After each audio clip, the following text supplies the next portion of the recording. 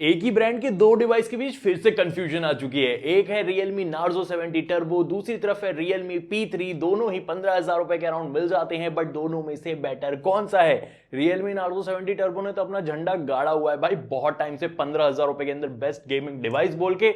अब Realme ने खुद भी अपना P3 निकाल दिया है, तो कौन सा ज्यादा बेटर है? चलो सब चीज क्लियर करते हैं। उससे पहले एक चीज तो क्लियर है कि यार दोनों के बॉक्स में सब चीजें आपको मिल जाएगी, कटौती कोई भी नहीं करी गई है। और दूसरी चीज आपको क्लियर करता हूं कि दोनों में से सॉफ्टवेयर किसका बेटर मिलता है। भले ही दोनों में Realme UI हो Android 15 के साथ आपको मिल जाए, लेकिन जो अपडेट प्रॉमिस है Realme P3 में 2+3 इयर्स का है, तो आपको 15 और 17 का अपडेट मिल जाएगा। अब Narzo 70 Turbo में आपको वन मेजर अपडेट ही यहां पे बाकी है, क्योंकि 14 के साथ आया था, 15 मिल गया, 16 तक ही आपको मिलेगा।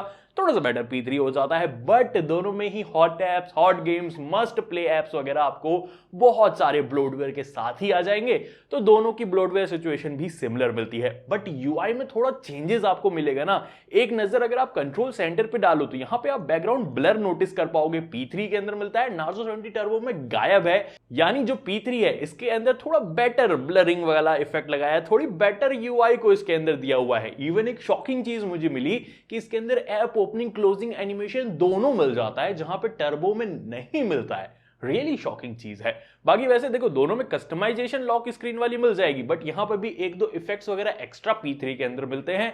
बाकी दोनों में ही ऐप लॉक हो गया, डुअल ऐप बनाना हो गया, वो भी आपको नॉर्मली मिल जाता है। बट जहां AI फीचर की बात आती है, देखो नॉर्मल सर्कल टू सर्च आपको दोनों के ही अंदर मिल जाता है, बट जब गैलरी के अंदर जाती हो, जो AI एडिटर आपको P3 के अंदर मिलता है, Narzo 70 Turbo के अंदर आपको बिल्कुल ही नहीं मिलेगा। तो AI फीचर्स के मामले में भी P3 ज्यादा बेटर निकल के आता है।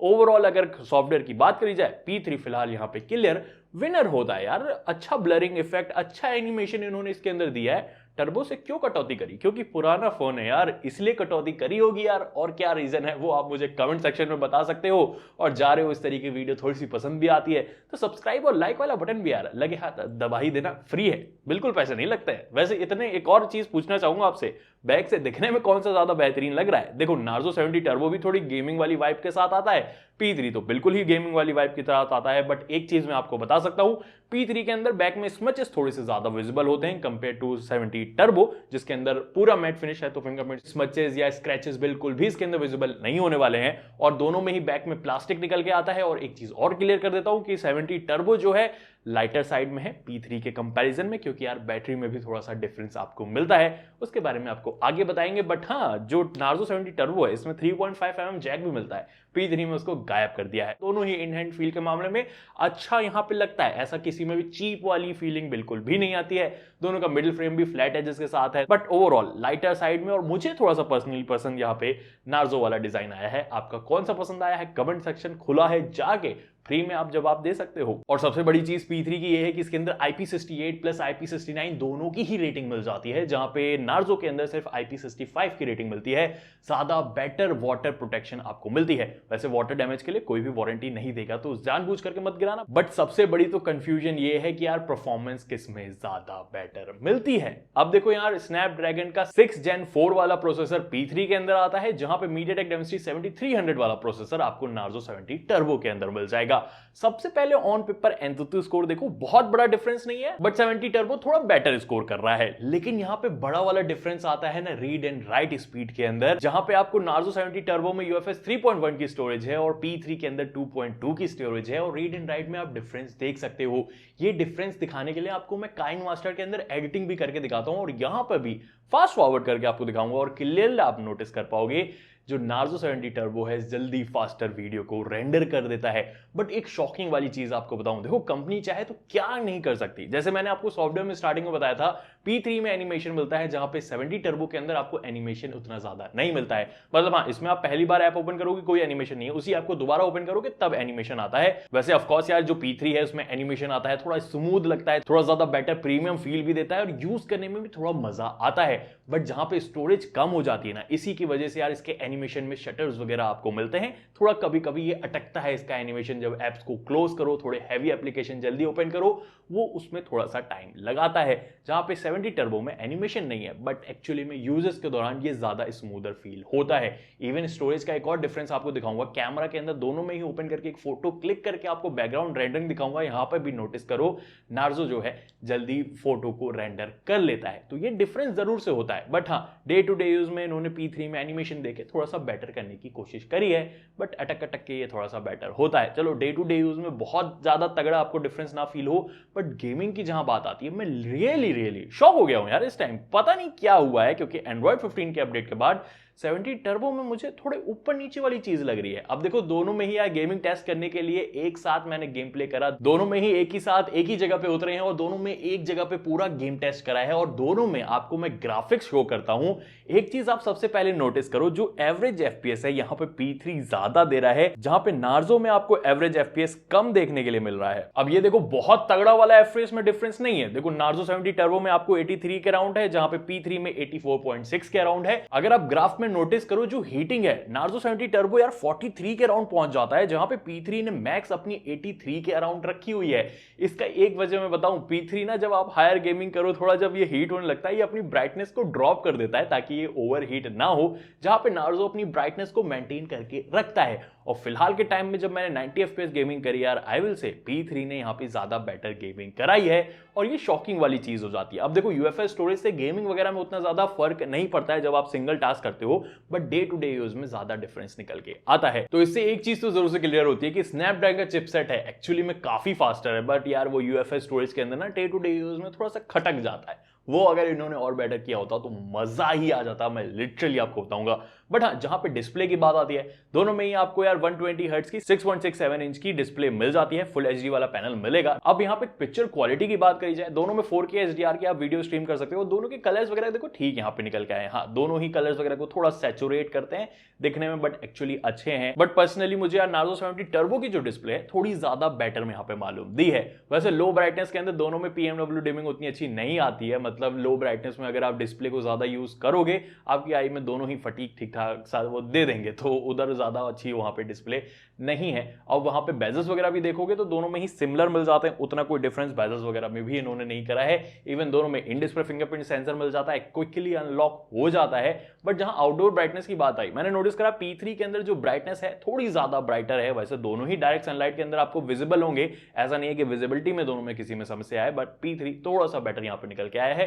वैसे प्रोटेक्शन वाइज भी आई थिंक दोनों में वही ड्रैगन टेल वाली ग्लास प्रोटेक्शन मिलती है। अब दोनों ही फ्लैट डिस्प्ले है, तो टेम्पर्ड आप जरूर से लगा लेना मार्केट में, ताकि आपकी डिस्प्ले सुरक्षित रहे। और क्या यार, बस उतनी सी बात रहती है। बट जहां पे बड़ी वाली बात आती है, कैमरास भाई किसके बेटर हैं। देखो, बैक से दोनों में ही 50 मेगापिक्सल का मेन सेंसर मिलता है, और कोई अलग सेंसर दोनों में ही नहीं मिलेगा। 16 मेगापिक्सल का सेल्फी कैमरा मिल जाएगा। बहुत शॉकिंग वाली चीज है। देखो, मेन सेंसर के अगर आपको मैं दोनों में ही शॉट दिखाऊं, एक डिफरेंस आपको मिलेगा, जहां पे नार्जो जो है आपको थोड़ा वार्मर टोन में फोटो निकाल रहा है, जो रियलमी है थोड़ा कूलर टोन में फोटो निकाल रहा है।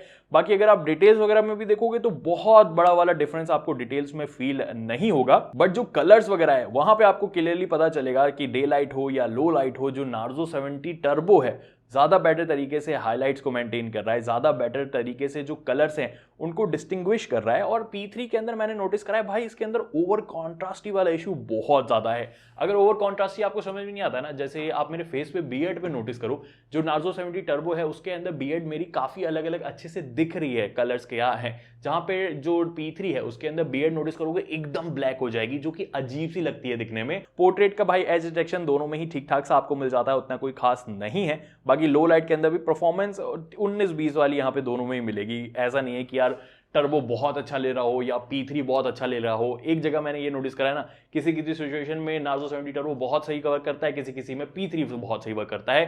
दोनों को आप 50-50 मान के चल सकते हो। बट टर्बो थोड़ा पुराना डिवाइस हो गया है और अपडेट्स वगैरह आके थोड़ा मैच्योर हो गया है, इसलिए थोड़ा सा स्लाइटली बेटर मैं टर्बो को यहाँ पे पॉइंट दूंगा। वैसे ही सेल्फी कैमरा में भी अगर आप देखोगे, दोनों में बहुत बड़ा वाला डिफरेंस आपको फिर से यहाँ पे फील नहीं होगा। बट ये है जो बैकग्राउंड ब्लर वगैरह है, ये P3 के अंदर थोड़ा ज्यादा मैच्योर फील होता है। बाकी यहाँ पे भी P3 के अंदर वही ओवर कॉन्ट्रास्टी वाला ट्यून निकल के आता है, जो कि यार काफी ज्यादा अजीब लगता है, और स्किन को भी ये थोड़ा सा येलोइश कर देता है, जहां पे कलर्स वगैरह जो हैं थोड़ी ज्यादा बेटर तरीके से मैनेज करने में टर्बो यहां पे आगे निकल के आता है। वैसे दोनों में ही 4K वीडियो रिकॉर्डिंग भी आप कर सकते हो, देख सकते हो दोनों में ही ठीक ठाक से यहाँ पे वीडियो रिकॉर्डिंग भी मिल जाएगी।